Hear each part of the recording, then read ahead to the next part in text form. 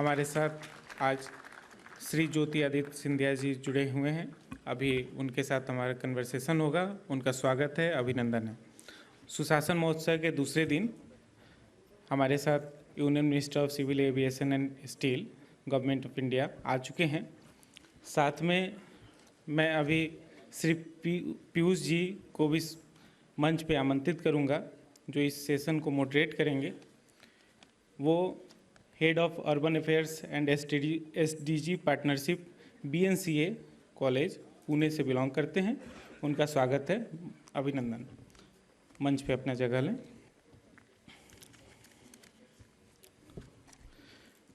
माननीय मंत्री जी का स्वागत करने के लिए मैं अनूप जी पुणे वाला फिनकॉप से मंच पे आमंत्रित करूंगा और आग्रह करूंगा कि उनका स्वागत करें।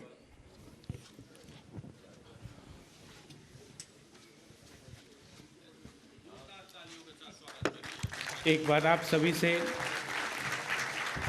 जोरदार तालियों की अपेक्षा है।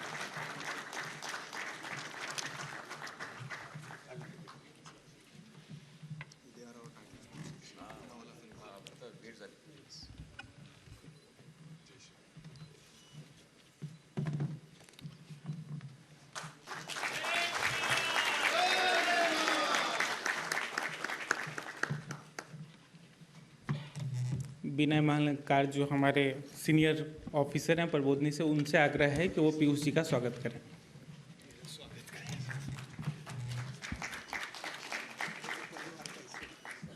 जैसा कि आपको सभी को पता है, माननीय मंत्री जी लंबे अरसे से लगभग 3 दशकों से राजनीतिक क्षेत्र में कार्यरत हैं। मूलतः रहने वाले मध्य प्रदेश के हैं। काफ़ी सारे मंत्रालयों का अनुभव है। एक लंबे अनुभव के साथ आज हमारे साथ मूलतः महाराष्ट्र से हैं। अभी वर्तमान में मध्य प्रदेश में रहना होता है और हम सभी के साथ आज जुड़े हैं। माननीय मंत्री जी का स्वागत है। सुशासन महोत्सव कल से हमारी शुरुआत हुई है। सुशासन महोत्सव ये एक ऐसी कल्पना है जिसमें राज्य सरकार, केंद्र सरकार और अलग अलग सामाजिक क्षेत्रों में कार्य करने वाले संस्थाएं हमारे साथ आकर के एक साथ एक मंच पे अपने गुड गवर्नेंस को प्रदर्शित कर रहे हैं, एक दूसरे के साथ अपने विचारों को साझा कर रहे हैं। मैं पीयूष जी से आग्रह करूंगा कि वो सेशन को आगे लेकर जाए।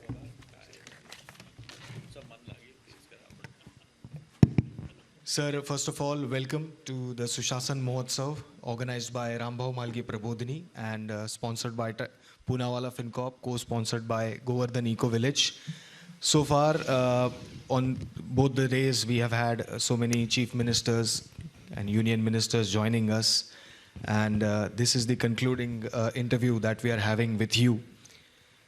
Sir, for youngsters like me, I see you as the perfect example of how a 21st century leader should be, with modern policy-making style, a huge mass base, pro-development thoughts, a 360-degree leader, I must say.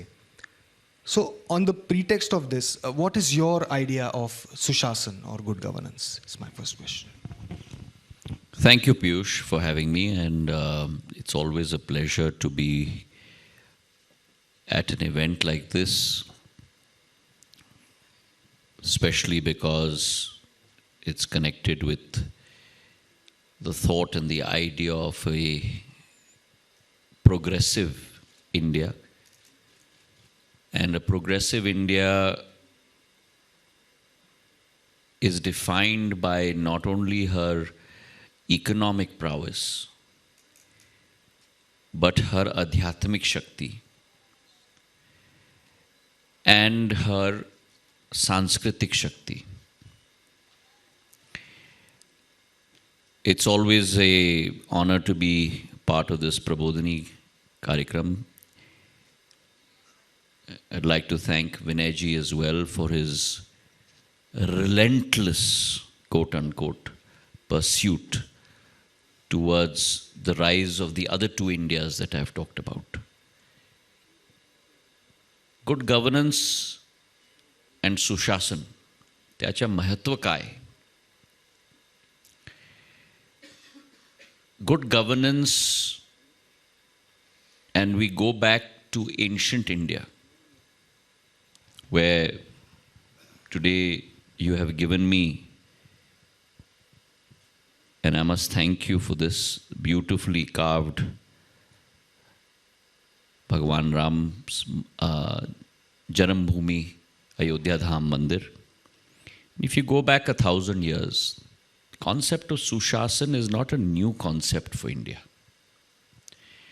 Concept of good governance is not a new concept for India. But it is only this Prime Minister in the form of Narendra Modi ji that have brought back timeless and age-old concepts that were part of our DNA. But over centuries have been literally put underground as part of our DNA, and it is that re-emergence of the concept of a progressive Vasudeva Kutumbakam form of India. The world is one family. It is not a new notion for India. And therefore, good governance to me means सुशासन जिसके आधार पर देश का हर एक व्यक्ति, चाहे कश्मीर से कन्याकुमारी हो, चाहे भरूच से अरुणाचल प्रदेश की आखिरी गांव तक हो, जो हर एक व्यक्ति को के जीवन को प्रभावित करता है, जहां एक सरकार स्थापित हो, जो सरकार जनता के सेवक के रूप में काम करे. We in government, as legislators, as ministers, have a fiduciary responsibility that the people of our area have given us. Whether you're a member of parliament, 16 से 20 लाख लोग, तुम्ही आमदार आहेत, if you're an MLA, 3.5 to 4 lakh people, to conduct yourself in the service of each and every one of your constituents. And what does that mean? That means that literally, and I'm not exaggerating, एक मतदाता, मतदाता का शब्द क्या है? मत देने वाला दाता. दाता मतलब आपका भगवान. उसे आपको, उस भगवान की पूजन आपको करनी होगी, उस भगवान की सेवा आपको करनी होगी. ये केवल एक राजनीतिक जिम्मेदारी नहीं है, ये एक धार्मिक जिम्मेदारी है, ये एक आध्यात्मिक जिम्मेदारी है. And that to me, if you are able to touch and make lives better for the people that you represent, that to me is Sushasan. So whether you are a Khasdar or an Amdar, an MP or an MLA, Jila Panchayat Adhyaksh, Janpad Adhyaksh, a minister, you are not sitting there as a regulator. You are not sitting there as a gatekeeper. You are sitting there as a problem solver. You are sitting there, आपको एक खोज पे होना होगा. साधारण तौर पर क्या होता है? नेता इंतजार करता है, जनता मेरे पास परेशानी लेके आए. और अगर विनय जी आ गए तो मैं विनय जी को कहूँगा, विनय जी जरा डेलीगेशन लेके आइए, डेलीगेशन के साथ 200 और लोगों को लेके आइए, ताकि आभास हो कि ये मांग हो चुकी है, उसके बाद मैं पूरा करूँगा. सुशासन में आपकी जो आपने मांगा उसे पूरा करना मेरा धर्म है, और जो आपने नहीं मांगा उसे भी पूरा करना मेरा धर्म है. And therefore our job is not to sit as a regulator or a gatekeeper. Our job is to sit there as a facilitator, problem solver. And वो रुख, वो भावना, वो चेतना, वो एक अंतर आत्मा की आवाज पहली बार देश में, देश के प्रधानमंत्री के द्वारा वो ज्वालामुखी एक एक जनसेवक के दिल में बसाई गई है। आपका आचरण कैसा होना चाहिए, आपका व्यवहार कैसा होना चाहिए, उस जिम्मेदारी का निर्वाह आपको कैसे करनी चाहिए, वो एक नई भारत की कल्पना के आधार पर उस पथ पर आज भारत चल चुका है, जिस भारत का अमृत काल से शताब्दी काल तक उस लक्ष्य की पूर्ति हमें करनी है। Absolutely a brilliant and a very insightful answer, sir. You talked about politicians or public leaders being solution seekers and not problem seekers also. Problem makers. Problem. Sir, as we all know that you talked about Prime Minister Modi's constructive approach towards basically everything related to governance. He has been rooting all the government for maximum governance than bureaucracy and Minimum government and maximum government governance, as you rightly mentioned. So the era of Modi ji's leadership has been always about constructive initiatives, path-breaking reforms in every sector basically.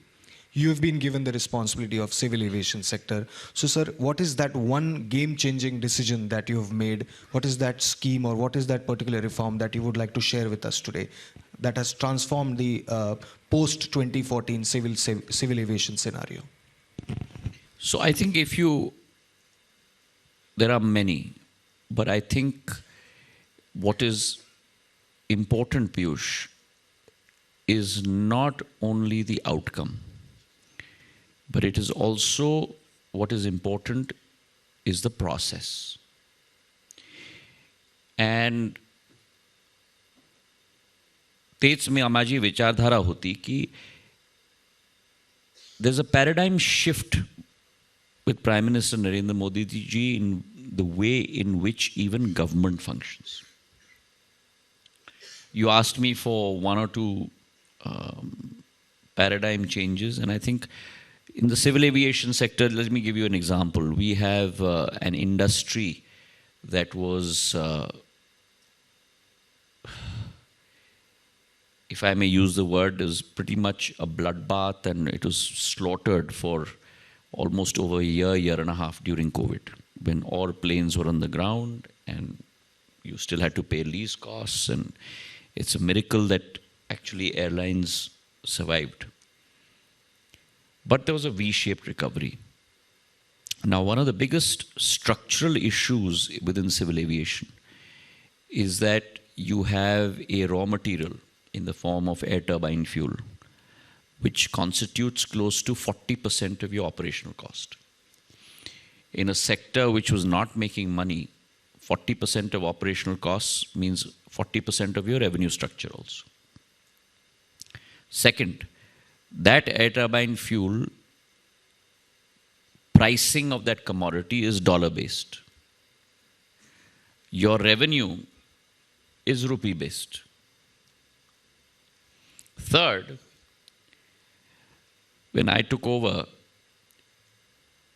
out of the 36 states and union territories in India, we had 12 states and union territories that charged value-added tax on air turbine fuel, ranging between 1 to 4 to 5%.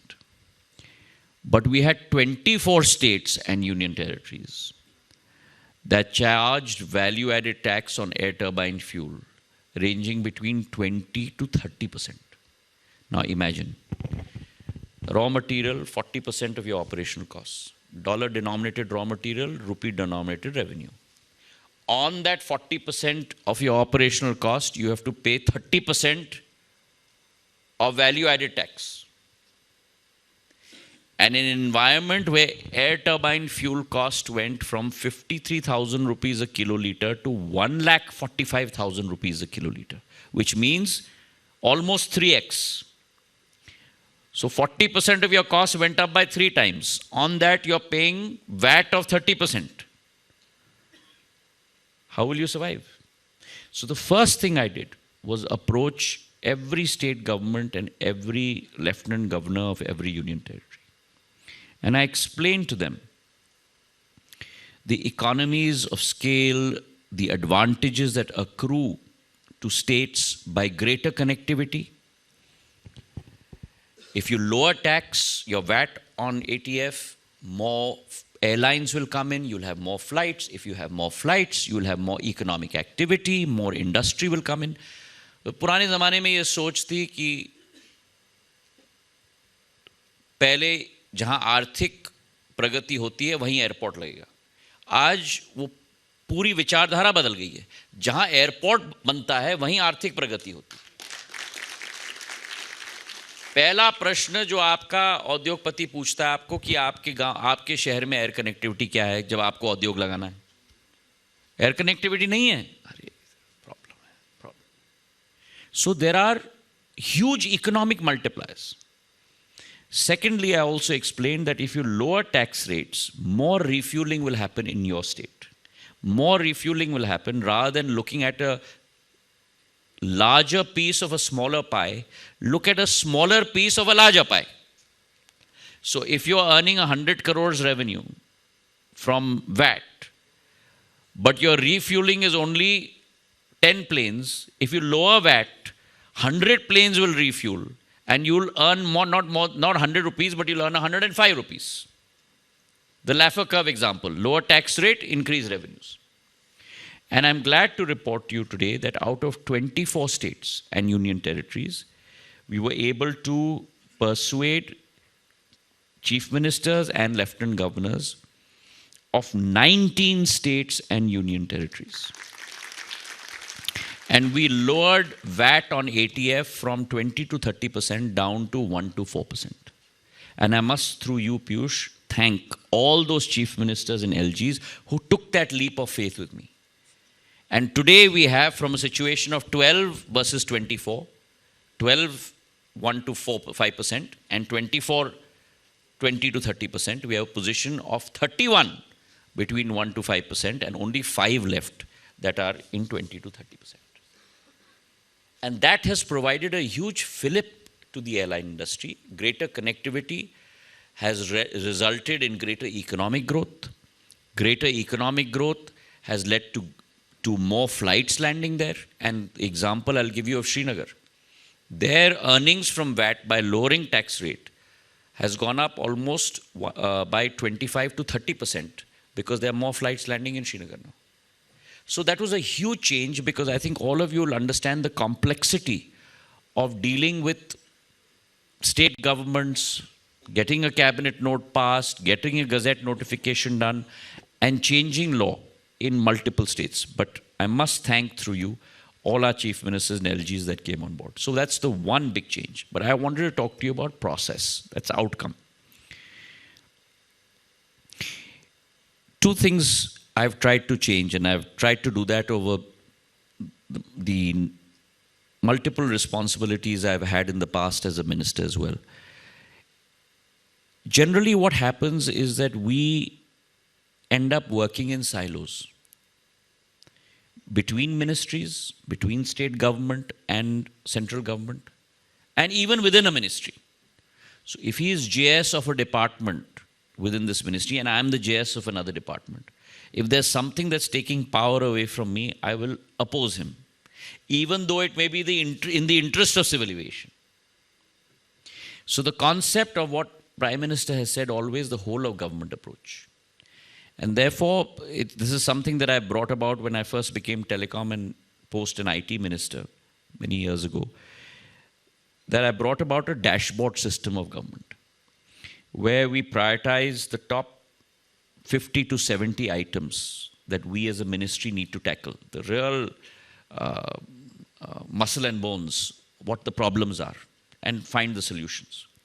And every Monday we have a dashboard meeting with the whole ministry sitting with me.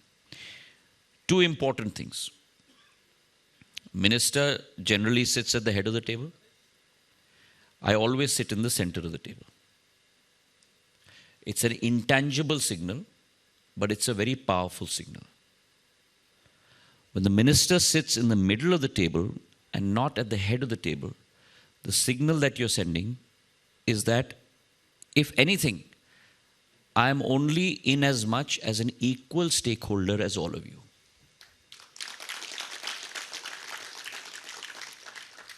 And if we all work together, then we'll be able to solve the problems. Point one. Point two, we go with great granularity on every line item. But let's assume that I'm the joint secretary or the director or the additional secretary.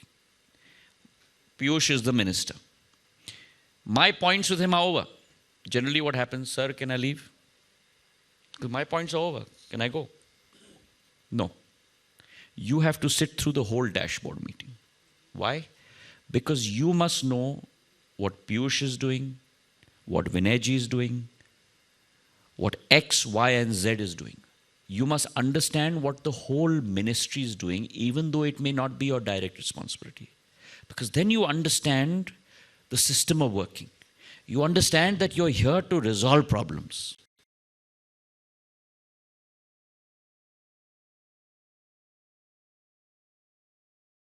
I've said I've sent it. He says he has not received it. Why? Because we are still in our minds working on that box. In and out. Simple thing. If I've sent the file, pick up the file, send him an SMS. Boss, file is on its way. Please clear it. I believe in the principle that a file must not sit on your desk for more than 3 hours. There is no excuse for a file sitting on your desk for more than 3 hours. I will not go to sleep at night until my desk is clean. Doesn't matter if it is 2 in the morning or 3 in the morning. I must start the morning with a clean slate. And that's the kind of work culture we are trying to inculcate. The third practice that I brought in is I've put together about 7 advisory groups in civil aviation, where government and the private sector are members of an advisory group. So I have an advisory group for airlines, I have an advisory group for airports, I have an advisory group for flying training organizations, for MROs, for aerospace manufacturing, and multiple others, for small regional airlines. Each one of these advisory groups, we sit together, what is the problem? Identify the problem. Identify the solution. And in the next meeting of the advisory group, even though it may be the private sector, I as minister have to present an action taken report to the group. These were the issues that we identified. Piyush has to do that. I have to do this. What is the status of this when we meet again? So there is a concept of responsibility, collective responsibility and collective accountability. So these are the 3 or 4 things that so therefore outcome is important, but that outcome only comes if your process is outcome based and positive based. That's a great, I mean, a lot of, I mean, we must put our hands together for this answer. So I must say, it's a 360-degree answer, I would say. I saw also the glimpse of the investment banker that you carry inside you when you were describing the V shape as well as the revenue structure. And I also saw the stakeholder inside you when you were mentioning that I used to sit at the middle of the table so that I become the part of the team and the team functions like a team. Always remember, you are only as strong in whatever line you pursue in life, whether you're a business person, you're a social worker, you're a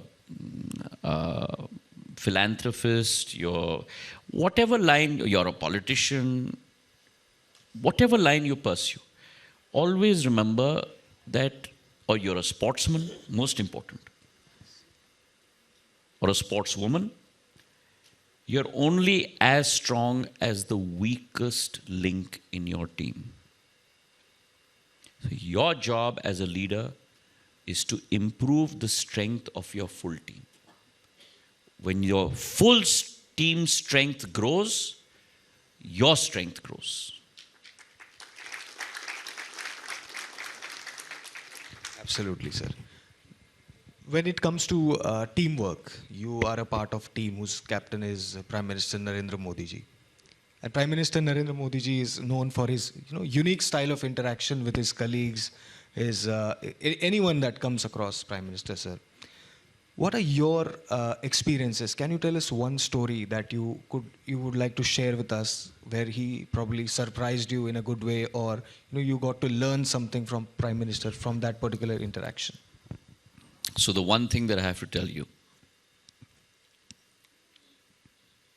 and I think that's something I need to work on, because as important as it is to identify your strengths, it's even more important to identify your weaknesses in life and try and work at your weaknesses.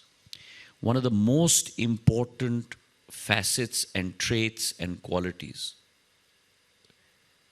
of a great leader is his or her ability to listen. Leaders love talking. Very few leaders listen. My first meeting with Prime Minister Modi ji, when he gave me this responsibility of civil aviation, and I took time to present my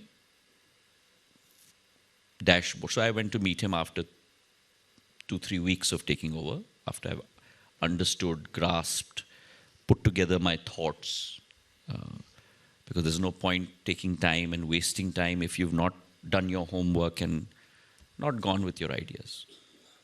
Again, going back to my investment banking experience. So I had some ideas, I took my dashboard and I took time. The Prime Minister of India, the weight of the country and the weight of the world is on him, because we don't have a personality who's only the Prime Minister of India. We are blessed today because we have a personality leading our country who's a world leader today.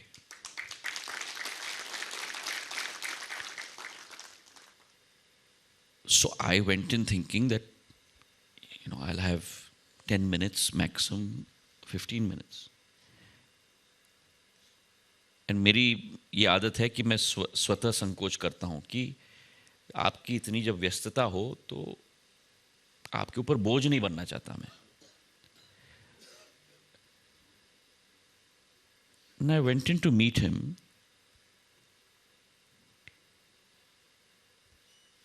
Uninterrupted. He spent 1 hour with me. Uninterrupted. हम लोग office में बैठते हैं,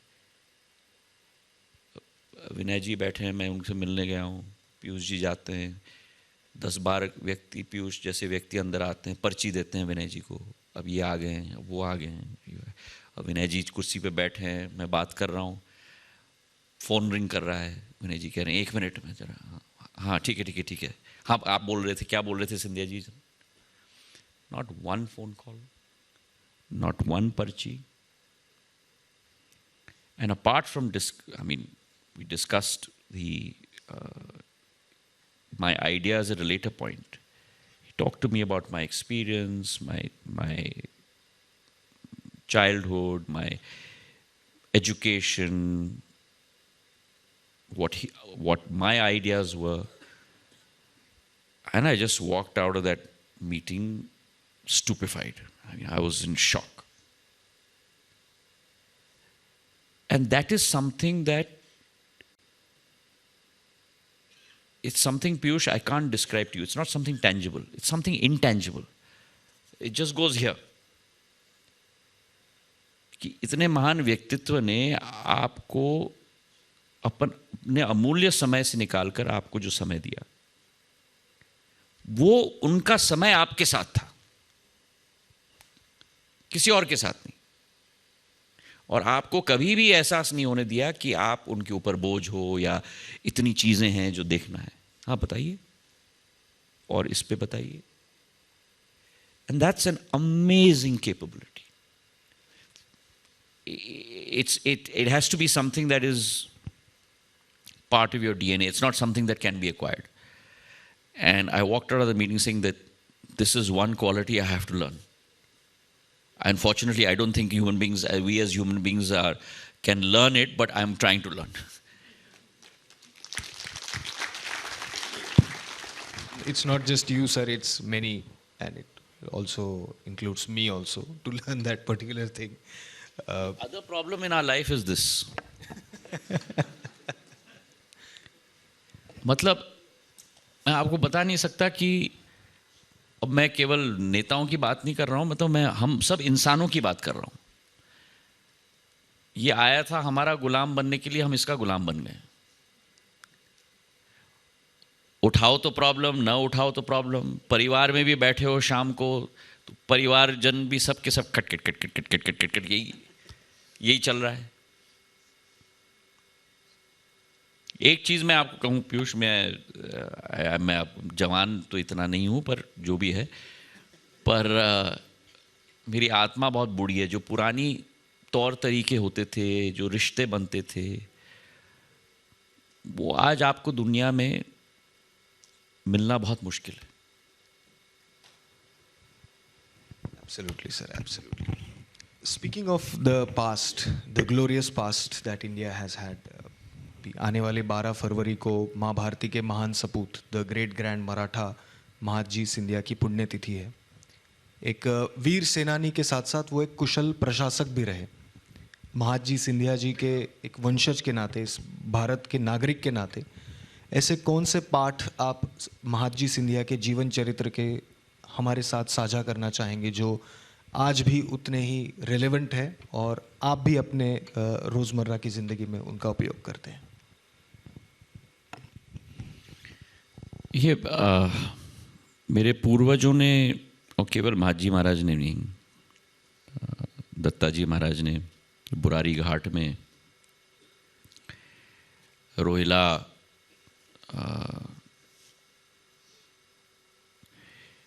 जो chief थे नजीबुद्दौला, उनको गोली से मारी और वो जब अपने घोड़े से गिरे तो ये पानीपत की लड़ाई के पहले, तो उन्होंने उनके छाती पर अपना पांव डाला और बोला कि दत्ता जी और लड़ोगे?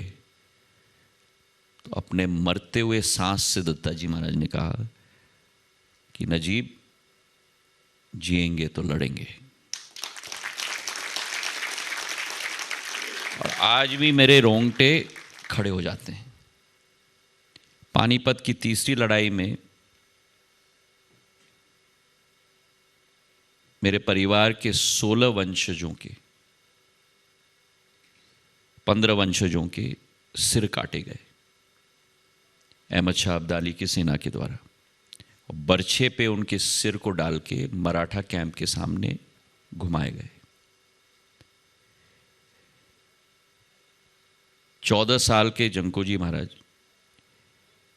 को अहमद शाह अब्दाली कैदी लेकर अपने कैंप में ले गए और उनसे पूछा कि आप मेरी सेना में ज्वाइन करोगे? क्योंकि कुछ ऐसे लोग थे भारत में भी जो ज्वाइन कर रहे थे. ने कहा मैं मर जाऊंगा पर ज्वाइन नहीं करूंगा. आग के ऊपर लोहे के सूले को तपाकर उनके आंखों में डाले गए. उनके शरीर के 20 टुकड़े किए गए और नदी में फेंके गए. एक ही इस परिवार का वंशज बचा उस पानीपत के तीसरी लड़ाई में, वो थे महादजी महाराज. और वो भी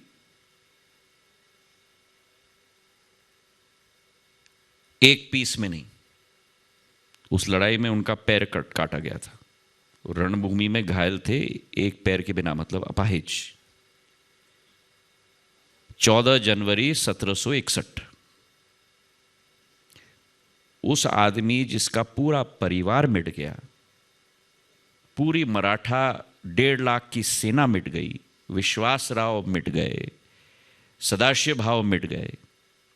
वो आदमी अकेला एक पांव के साथ दोबारा खड़ा होकर अपनी पत्नी, अपनी मां के जेवर को बेच के दोबारा मराठा सेना को खड़ा करके 10 साल के अंदर 10 फरवरी 1771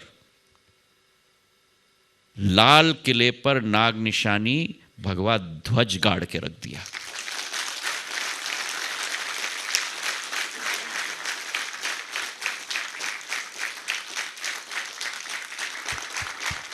अटक से लेकर कटक उड़ीसा तक, गुजरात के भारूच से लेकर प्रयागराज इलाहाबाद तक मराठा साम्राज्य को स्थापित किया। और शिवाजी महाराज का जो सपना था हिंदवी स्वराज का स्थापित करने के लिए, महाजी महाराज ने उस सपने को अपना संकल्प बनाकर सिद्धि के रूप में परिवर्तित करके दिखा दिया। और 1771 से 1803 तक 32 साल पहला हिंदू शासक जिसने लाल किले से, दिल्ली से पूरे देश में राज किया। और उनकी सोच और विचारधारा यह नहीं कि मैं अपना साम्राज्य बना रहा हूं, देश में एक सबसे बड़े जनसेवक और शासक के रूप में स्थापित थे। पर जब लोग जाके कहते थे महाजी महाराज, नहीं, मैं महाजी महाराज नहीं हूं, मैं पाटिल बुआ हूं। और मैं आप लोगों को समझाऊंगा क्योंकि थोड़ा महाराष्ट्र की कहानी है। सिंधिया परिवार की शुरुआत गांव से हुई थी। हम लोग, एक छोटा सा गांव है सातारा जिले में, उस गांव का नाम है कनेरखेड़।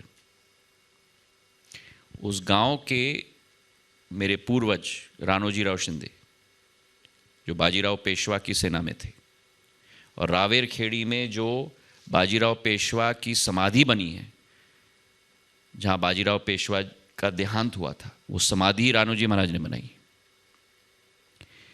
आज जिस महाकाल के मंदिर में आप और हम दर्शन करने के लिए जाते हैं, जो कहानी भगवान राम की मंदिर की है, वही कहानी महाकाल की थी। इल्तुतमिश ने 1125 में महाकाल के मंदिर को पूर्ण रूप से नष्ट कर दिया था और शिवलिंग को वैसे ही कुएं में फेंक दिया था जैसे ज्ञानव्यापी के कुएं में काशी में।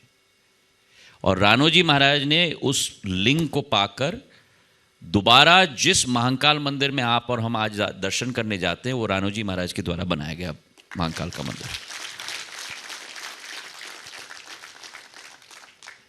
तो महाजी सिंधिया की जो सोच थी,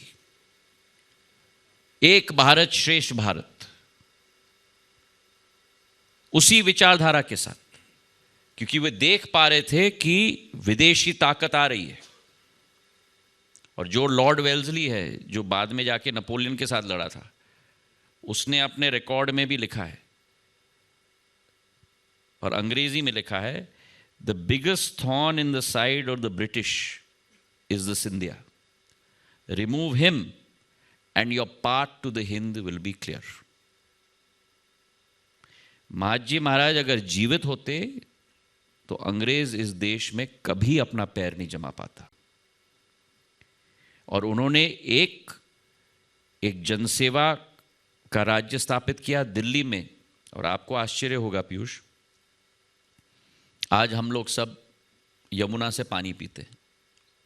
यमुना का पानी दिल्ली में लाने का काम महाजी सिंधिया ने किया था।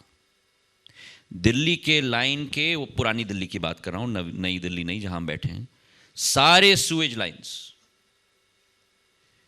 महाजी सिंधिया ने बनाए थे। बाड़ा हिंदूराव अस्पताल महाजी सिंधिया ने बनाए थे। और तो और क्या, मोहम्मद गजनी ने जब सोमनाथ के मंदिर के द्वार लाहौर ले गए थे, जब अटक तक झंडा फहराया था, लाहौर जाके सोमनाथ मंदिर के द्वार वापस लाकर महाजी शिंदे ने भारत वापस वो द्वार सोमनाथ मंदिर के लेके आए थे। जनसेवा, विकास, सुशासन, आध्यात्मिक शक्ति भारत का दोबारा स्थापित करना। उस जमाने में महाराष्ट्र से, दूसरे दक्षिण राज्य से बहुत सारे श्रद्धालु आते थे उत्तर भारत में दर्शन करने के लिए और मां गंगा में स्नान करने के लिए। और आप लोगों को यकीन नहीं होगा, उस जमाने में महाजी शिंदे के द्वारा, जो आज आप और हमारे पास पासपोर्ट है ना, जब हम विदेश जाते हैं वीज़ा स्टैम्प करके विदेश जाना, उस जमाने में श्रद्धालु का पासपोर्ट तय किया था कि अगर ज्योतिरादित्य जा रहे हैं या पीयूष जा रहे हैं तो उस पर स्टैंप लगता था कि पीयूष और ज्योतिरादित्य मराठा साम्राज्य और महाजी शिंदे के प्रोटेक्शन के अंतर्गत है, कोई इनका बाल भी बाका ना करे। तो उनकी सोच, विचारधारा और एक ही माले में सबको पिरोकर जो फौज उन्होंने खड़ी की, उसका नाम उन्होंने दिया था फौज-ए-हिंद। सिंधिया आर्मी नहीं, मराठा आर्मी नहीं। और उस फौज-ए-हिंद में मराठा, महार समाज, राजपूत समाज, जाट समाज, आदिवासी समाज सभी समाहित थे, क्योंकि उनको मालूम था कि एक मोती के माले में पिरोकर ही उस शत्रु का सामना हम लोग कर सकते हैं। तो ह्यूमिलिटी, विकास की विचारधारा, unity, Ekta, and most importantly आज हम लोग आईटी और टेक्नोलॉजी की बात करते हैं। वो देख पा रहे थे कि जो शत्रु आ रहा है वो तलवार और ढाल से नहीं लड़ता, वो कैनन और राइफल और मस्केट के साथ लड़ता है। तो भारत की सेना का आधुनिकीकरण, और उस जमाने में चाणक्य नीति, दुश्मन का दुश्मन, 4 फ्रेंच जनरल्स को लेके आए थे और पूरा मॉडर्नाइजेशन फौज-ए-हिंद का, कैनन, मस्केट, कैवलरी, आर्टिलरी। और उस जमाने के बाद जो आज भी व्याख्यात हैं, मराठा लांसर्स, जो अब राष्ट्रपति भवन के प्रेसिडेंट्स बॉडीगार्ड के भाग हैं, उसमें वो सम्मिलित किए गए थे 1947 के बाद और पूरे देश में व्याख्यात थे। तो पूरा मॉडर्नाइजेशन एंड टेक्नोलॉजी, और मैं बात कर रहा हूँ 300 साल, 350 साल पहले की, तो उनका इतना दूर दृष्टिकोण था। Absolutely an insightful answer. And ये हमारा सौभाग्य है कि आज 10 फरवरी, जिस दिन दिल्ली के लाल किले पर मराठा सरदारों ने महाजी सिंधिया महाराज के नेतृत्व में भगवा लहराया था, उसी दिन सुशासन महोत्सव का समापन होने जा रहा है, वो भी सम्माननीय ज्योतिरादित्य सिंधिया जी के सानिध्य में। इस ऊर्जावान और बहुत ही अभ्यासपूर्ण साक्षात्कार के हेतु मैं आपके बहुत बहुत आभार व्यक्त करता हूं माननीय मंत्री जी।